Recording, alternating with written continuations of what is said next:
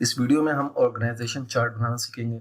Organisation chart के जरिए आप अपनी टीम या ऑर्गेनाइजेशन के रिलेशनशिप को इलिस्ट्रेट कर सकते हैं। एक्सेल में आप स्मार्ट आर्ट ग्राफिक्स को इस्तेमाल करते हुए ऑर्गेनाइजेशन चार्ट बना सकते हैं।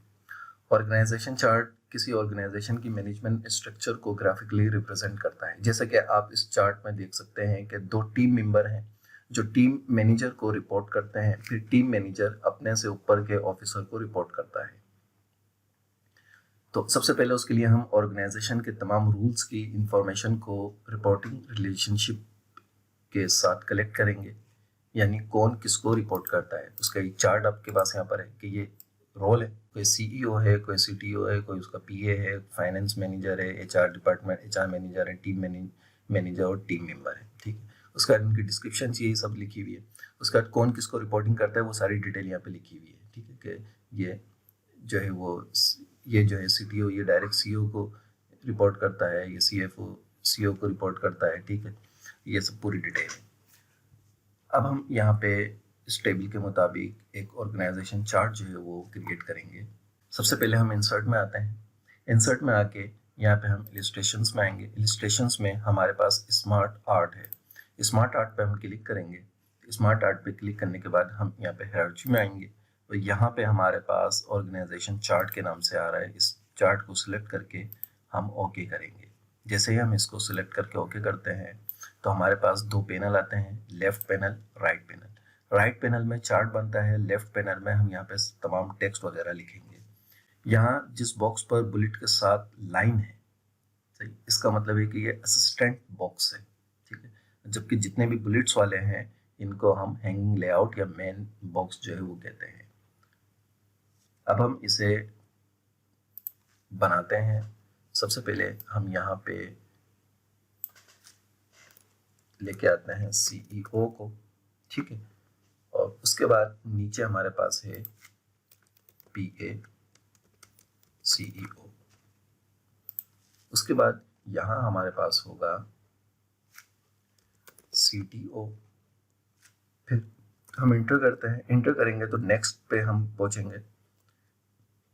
यहाँ पे हम करते हैं सीएफओ। ठीक है, उसके बाद दोबारा इंटर करते हैं और एचआर मैनेजर। बाकी हम नीचे आते हैं, इसको भी रिमूव कर देते हैं, बैक स्पेस से इसको भी रिमूव कर देते हैं।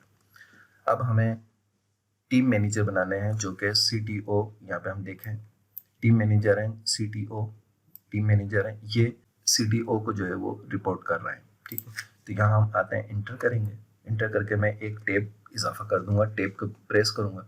अब यहाँ पे मैं इसको लिखूंगा टीम मैनेजर 1।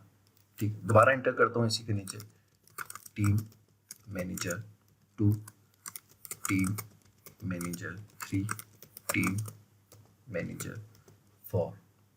नहीं सॉरी, हमारे पास 4 नहीं है, बल्कि हमारे पास 3 ही मैनेजर है। ठीक है, उसके बाद हम सीएफओ में आते हैं और सीएफओ के शिफ्ट टेप के साथ इसको मैंने पीछे किया। उसके बाद दोबारा टेप से मैं इसको आगे करता हूँ। सीएफओ को फाइनेंस का जो मैनेजर है वो इसको रिपोर्ट करेगा। ठीक है, उसके बाद हमारे पास टीम मैनेजर 1। टीम मैनेजर 1 का ऊपर पे क्लिक करके इसे सिलेक्ट करके मैं इंटर करूंगा। इंटर करके दोबारा टेप दबाऊंगा और यहाँ पे मैं करूंगा TM1 यानी टीम मेंबर 1, टीम मेंबर 1, और यहाँ पे टीम मेंबर 2 स्पेस दे देते हैं। इसी तरह नीचे भी स्पेस दे देते हैं और यह हमारा चार्ट कंप्लीट हो चुका है।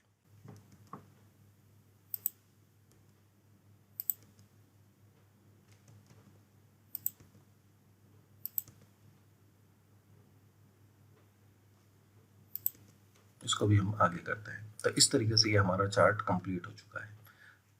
अब हम मजीद इसमें कलर वगैरह देना चाहें तो वो हम इसको दे सकते हैं।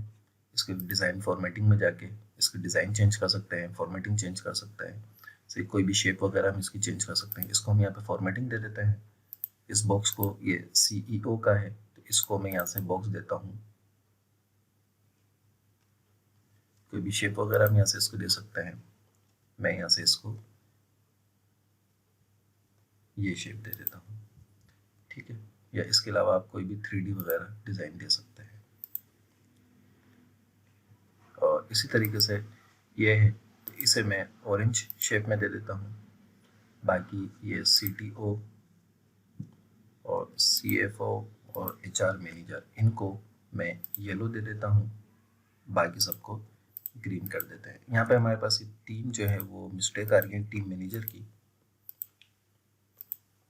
तो दोबारा हम इसके पैनल में आते हैं और यहाँ पे टीम मैनेजर को हम CTO के अंडर में करने के लिए टेप के साथ यूज़ करेंगे। तो दोबारा इसको हटा देते हैं। अब हम यहाँ पे देखें तो